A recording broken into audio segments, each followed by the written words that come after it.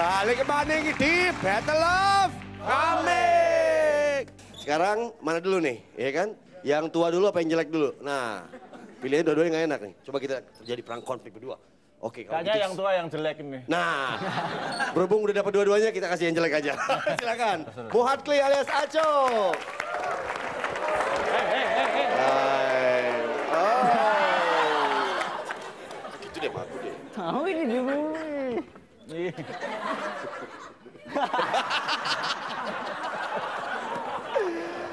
Oke, selamat malam. Gue mulai dari tempat kelahiran gue dulu ya, yaitu Tanjung Priok. Sebelahnya New York itu ya. Jadi kalau di Tanjung Priok itu ya, itu kan banyak orang yang bilang Tanjung Priok itu kota yang keras, kumuh, gersang. Bener padahal. Bener itu ya. Jadi soal kekerasan gitu gue pernah ngerasain, gue naik metro mini sama pacar gue gitu kan. Pakai rok segini dia. Seksi banget dah. Sampai di metro mini tuh gue ada orang yang mau malak kelihatannya kan. Dia udah ngedeketin, dia nyolek cewek gue. Gila gue bilang. Sebagai orang Priok kan gue langsung mendidih darah gue kan. Mendidih.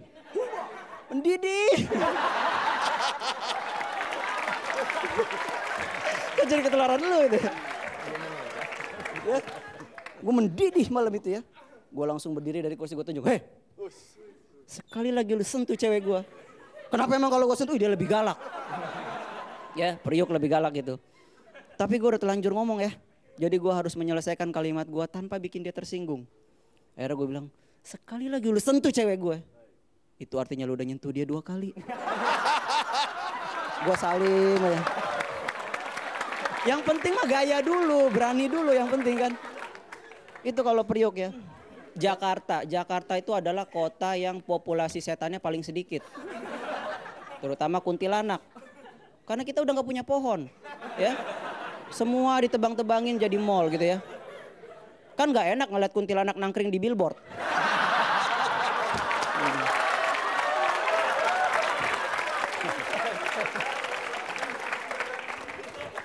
Yang ada Satpol PP disuruh turun dikira orang gila kan. Woi turun. Itu gak enak ya. Dan kalau di Priok itu ada satu spesies setan yang gak bakal mau di Priok. Itu suster ngesot ya. Karena di Priok tuh jalannya geradakan. Bolong. Apalagi kalau habis hujan. Itu sekali dia ngesot kejeblos udah bopeng-bopeng. Udah gak ada suster ngesot di Priok mah. Kalau kata bosnya, lu kenapa nggak mangkal? Oh nggak, bopeng-bopeng bos. Nggak mau dia. Gitu ya. Udah gitu ya. Kebijakan yang di Diknas DKI kemarin katanya untuk menghindari orang nyontek saat UN mau dipasang CCTV. Gue bilang ini orang Diknas kepo juga ternyata ya. Masang-masang CCTV gitu ya. Padahal kan kalau buat menghindari mempersulit orang nyontek gitu ya, itu nggak perlu pakai CCTV. Ubah aja pilihan gandanya dari huruf alfabet menjadi huruf hijaiyah. Iya kan? Iya. Jadi kan kalau misalnya ntar, Cok nomor 16, Ain. Oke, selamat malam, saya Aco. Aduh, terima kasih. Mah. Patah. Santai dong. Tapi di sini nggak ada yang belain kota gue, Padang. Ada yang dari Padang nggak sih di sini? Padang, yeah. Tapi di Padang itu ada teman gue namanya Buyung. Buyung itu belajar bahasa Inggris. Wih, hari pertama dia les bahasa Inggris. Sampai ke rumah dipraktekin nih ke ibunya, ketok-ketok. Der Mader. Wih, Der Mader. Madura apa Wih, masih. Open that door, Mader. Yeah. Open that door, please right now, Mader. Indah open that door, dan panje window.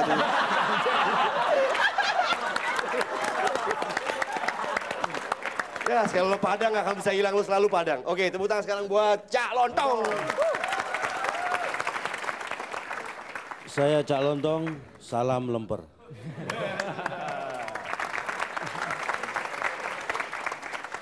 Tenang. Anda kenal Malabi? Malabi seorang brigjen, jenderal pimpinan sekutu. Tahun 45 Tanggal 9 November jam 7 malam. Malabi tidur. Ini saya ceritakan. Ini saya ceritakan berkaitan dengan masalah Surabaya yang Anda tidak tahu. Jam 10 malam dia bangun. Anda tahu kenapa dia bangun? Dia merasa gerah. Waktu itu dia di Surabaya. Tepatnya di sebuah hotel. Anda tidak tahu kalau saya sebutkan nanti dalam buku berikut saya yang saya terbitkan. Itu tidak saya cantumkan juga. Supaya Anda tetap tidak tahu. Jadi Malabi bangun jam 10 pagi, dia merencanakan besok jam 10 pagi. 10 kurang seperempat dia tepatnya. Tanggal 10 November, Surabaya kita bumi hanguskan. Jangan wis, ini dalam bahasa Inggris dia. Saya terjemahkan supaya Anda tahu. Karena kalau ini tadi saya ngomongnya bahasa Inggris, bukan cuma Anda yang nggak tahu, saya juga nggak tahu.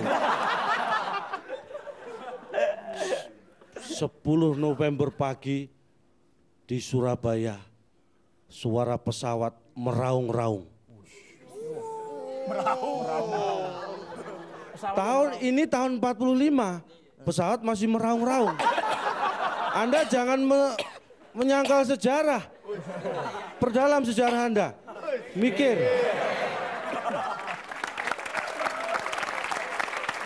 Begitu pasukan sekutu dari laut, dari udara, polisi nggak ikut waktu itu. Polisi sekutu nggak ikut. Menyerang Surabaya. Bung Tomo terkenal dengan pidatonya. Iwak peyek. Maaf. Dengan pidatonya. Memberikan semangat pada seluruh rakyat Surabaya untuk melawan yang namanya sekutu Belanda sampai titik darah penghabisan. Saya waktu itu juga wis gitu. Waktu mendengar cerita ini. Persis seperti Anda. Berarti Anda menerima persis seperti saya menerima pada saat itu. Berarti ada kemajuan Anda.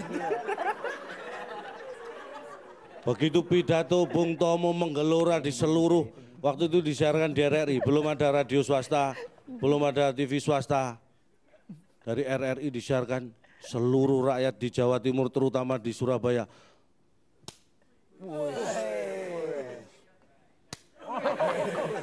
Langsung mengambil yang namanya senjata bambu runcing. Kita melawan pesawat dengan bambu runcing.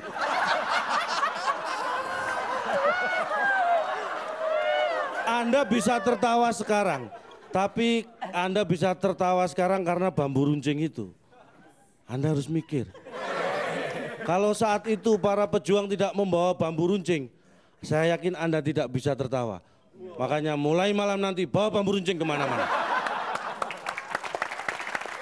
Supaya generasi penerus Anda bisa tertawa. Saya ajak lontong, salam lemper. Gue bingung sama lu. Lu beli buku sejarahnya second kali nggak sama yang mau gue pelajarin tuh tadi history. Baik, Calontong, tepuk tangan buat Calontong. Dengan keanehan, keabsurdan, itulah dia. Silahkan buktikan sendiri di rumah, pemirsa, baca buku sejarahnya dan pegang bambu runcingnya erat-erat, oke? Kita balik lagi untuk nentuin tim mana yang menang, oke? Tadi apa namanya? Tadi Jawir sama? Tim sukses. Tim sukses. Apakah Jawir atau tim sukses? Balik lagi di Battle of Comment. Ini mesti belajar sejarah ya toh? Enggak harus. Kenapa?